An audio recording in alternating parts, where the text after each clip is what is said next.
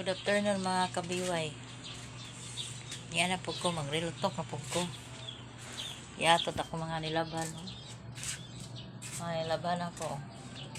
Muna akong giwasing kanina mga kabiway. Ang big shit. Tapos, ang uniform sa akong anak to. Muna uniform. Uniform sa akong anak na. Mga kabiway. Reclen! Pasok ikaw! Pasok sa ko sa among balay ni sa akong anak ko. Tayong magic curtain. Sapat.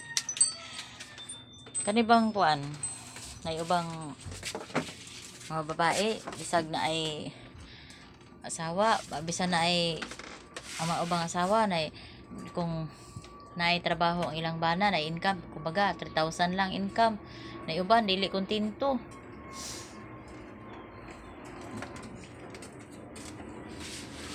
Kontento.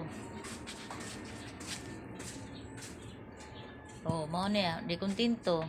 Moingon pa nga short. Mga gani, pasalamat ay blessing nga napay girimit ang inyong mga bana kaysa wala in taon. Kasi kung di kontento ba, kung unsay naa, okay lang, pasalamat yung sa Ginoo. Bahala gamay kita ba, pasalamat ako. Bisan pag gamay akong kita, pasalamat ko sa Ginoo. Kaya ano, salamat na natay kwarta gamay. Salamat ko nakita tagagmay. Muning among ko sa kong anak, yang hindaanan. Kana. Ba? Oh, cute. Yeah, that's all. Oh. Cute.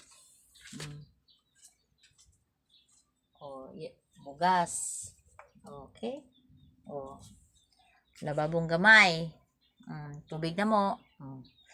Ako na trabaho. Unya pa to mo uli akong anak. Gabi las 9. Nga to din he. Malang Ginoo. Lumingon ako mga kabiway akong anak po to sa Mindanao. Kung apo, dako na lang upa ko uli.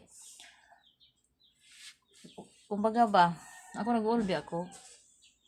Tinuod lang mga kabiway, wala man ko nagkuan. Mutambal ko, kaluyab ako sa Ginoo makaayo kog tao. Pero dili yapon ma-appreciate. Pero okay lang ko. Mahilot na ko, maulian. Tapos kung unsay istorya, ako di ko mo istorya og dili po na ako madungog. Mo istorya ko, kanagikan po siyang baba. Wala, di ko kabalong butang-butang. Yung gabaan, tas Ginoo, karamahan butang-butang. Oy, natinod ba tong istorya? Tinuod nga nang istorya si ana. Niya mo nang ako, kung doon ako madungog nga istorya, dili di ko mo istorya na. Kaya mutagam ko, sa una, na magsinukmatay, di na maungang ko ni uban. Basta pag ibala sa kanyo, di mo angkon. Magmalinis na ang uban. Muna ako, never mind ako karon. Ako lang maningkamot ko, para may nahinay kabadbad ako mga utang. Kaya aron may masulbad na ako akong obligasyon po dire para makaulit na may puhon. Mingaw na ko sa Mindanao eh. So tinuod lang mga kabiway. Grabe na akong kamingaw. Puhon mo na Ginoo. Akong giampo sa Ginoo. Nakatigom-tigom ta na akong anak. Doon Ginoo na may blessing. Ampo lang gyud. Ampo lang sa Ginoo. Sus dagko ang langaw Jesus name. Kung asa man ka langawa kang dagko kay lagong palayo. Dito balik sa imong amo. Giatot nag-vlog man day ko ning bugaw man noong kog langaw.